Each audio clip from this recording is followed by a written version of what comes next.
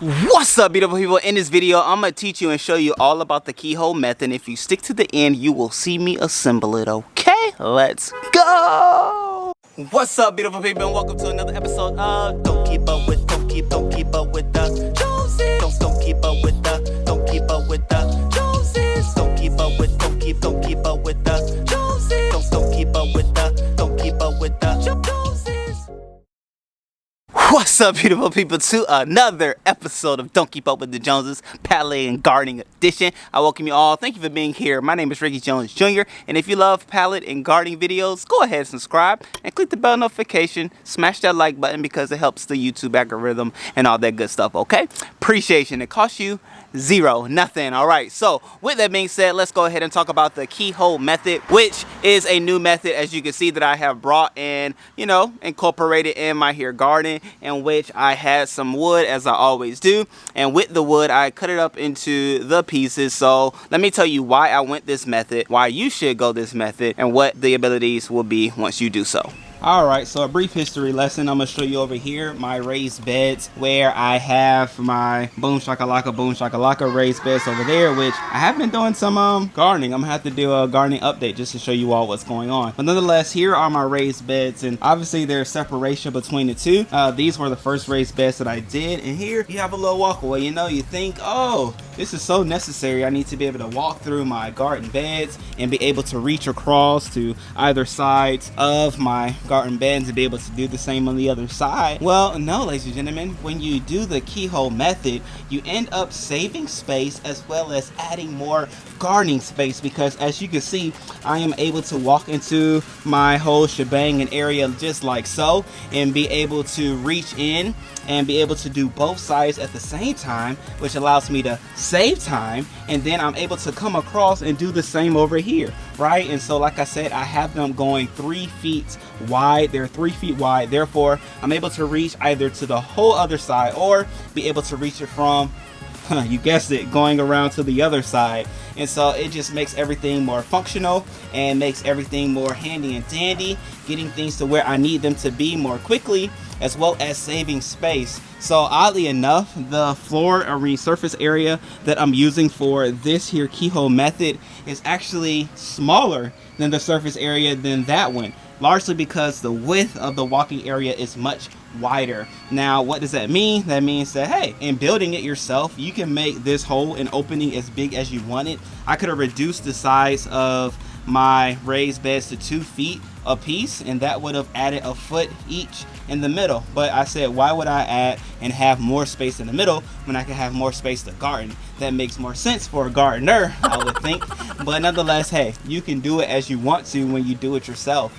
And like I said, there is no like pain point, no weak point of me being able to get to anything in the garden. I'm able to reach all the way over as necessary, and even allow for my baby girl Rain to help me and assist me in the raised bed itself. So it's fully functional, fully operational, and I'm able to just get it and do it the way I want it to as far as gardening, right? And so even as I have done my square foot gardening and my PVC pipe that's watering it, I'm able to do that as well, knowing, like I said, that it's 3 feet wide, 8 feet long. I will have 25 planting plots, 25 square foot plots to be able to garden over here and over here, which gives me a grand total of 48, and then over here as well, 24, which gives me a grand total of 124 places to actually garden. Okay, ladies and gentlemen, like, wow, wugga wugga wow.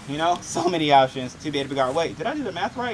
3 times 4 is 12. Over there, 72. So actually it's 72 places for me to be able to garden in this whole area. So I would be able to have 72 batches of kale, 72 pieces of collard greens if I wanted to, and I could mix and mingle those things and just make it pop, right? And so it is a nice accessory to the whole garden itself. And so what I have is white on the outside because I'm going to do some decorations. I'm going to look out for what that will turn out to be and what that will be. I'm excited. I'm so excited, and y'all will see why once it's all done. And it's going to be so purposeful, so meaningful, and yeah, we'll work that out. But nonetheless, boom, raised bed, keyhole method, as opposed to raised bed, just regular method. Keyhole, way to go. Go for it if you have a chance. give it a try, give it a go. And I'm gonna show you, like I said, how I put it together, or really just assembled the pieces together more than anything. I'm gonna show you what that looks like. If you're new to the channel, go ahead and subscribe, click the bell notification so that you are aware of the various things that I do in my new Keyhole raised bed gardening bed, as well as the gardening itself, you all. I'm taking this garden international, and I want you all to be a part. Alright, beautiful people, so we are starting the boards off for the Keyhole method, and as I do recommend you doing when using wood and drilling into wood, is to have your whole pilot holes, your sink holes, all those good things, but make sure your pilot holes are there, because you don't want to split the wood and things like that, because as the wood splits, it then weakens the wood, which you don't want weak wood when you have soil and all those different things going on. Okay, so pilot holes, and as you can see, working by myself, the main thing that I wanted to focus on was making sure that the boards were lined up. Okay, because the beginning is setting your foundation, and I didn't want boards to be like weeble wobbly and things like that, because that would highly disrupt the integrity and the construction of the whole situation itself. Okay, and so also what I was trying out is how many screws were necessary for it to come together, in which in the first one I did 3, this one I'm doing 2, and I found that 2 holes is plenty enough. Okay, and then also what I did was I have 2.5-inch screws, which I believe firmly grips the wood together and allows it to be nice and sturdy and things like that. So I'm highly satisfied with the way that turned out. And then, you know, you just start at the bottom. That's what I did. Started at the bottom with the 2, you know, keyhole parts, and if you will, just go ahead and make sure those are lined up, make sure those are the way you want them to be, and then from there you can get to the back side of the area, and then, you know, you started to see it all take form and take shape and things like that.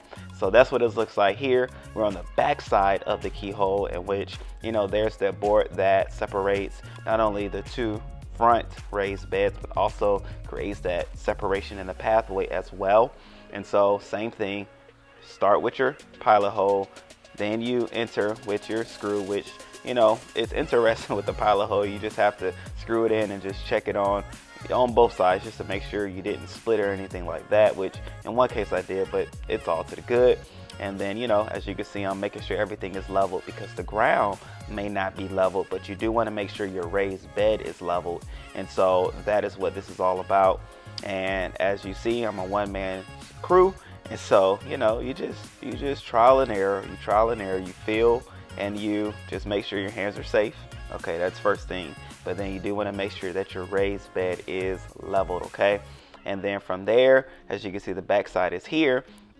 And then I had to start thinking about how I was going to connect the backboard to the sideboards that connects the back raised bed. Okay, and so I'm gonna just show you a little trick on what I did for that. But there you can see I just had to, you know, do the pilot hole, drill in the screw, and then, you know, just make sure everything was in line properly, which you just take a little time. Okay, but here you are, here's the method. This is the way that I did it. You can see a 2x4 piece in there, and so that is what I use, is a piece of pine wood, and I just cut it. And the idea is I have 2 screws coming from that back piece, and then 2 screws coming from the side piece, and so total of 4 screws that is in there. And then I'm using that other 2 screws, as you can see right here, to drill into the 2x4, which then makes it nice, firm, and sturdy. And so we have a smooth piece. It looks like it's a ever-flowing piece, but now you can see the internal ways of how that came about. And, you know, like I said, you could do that too. I had a piece of scrap wood, which is why in all of my builds I say don't throw away your scrap wood, because obviously you never know when you will use it. And here's the time I was able to use it. And then from there I was able to connect the back piece as I did, which, you know, I like doing it where your outside piece is the outside piece and you just drill into it. So that's what that is, pilot holes, and do your screw in, make sure everything is lined up, and you are good to connect. Okay, and we're good to go, y'all. Like, it came together just that easy, and I promise you it looked easy, but I would set aside at least 2 hours to get it done and to do it right, so that you're not rushed or anything like that. And setting that time away, will allow for you to have your own keyhole raised bed in your garden. All right, let me know if this helped you. Let me know in the comment section. I would love to know.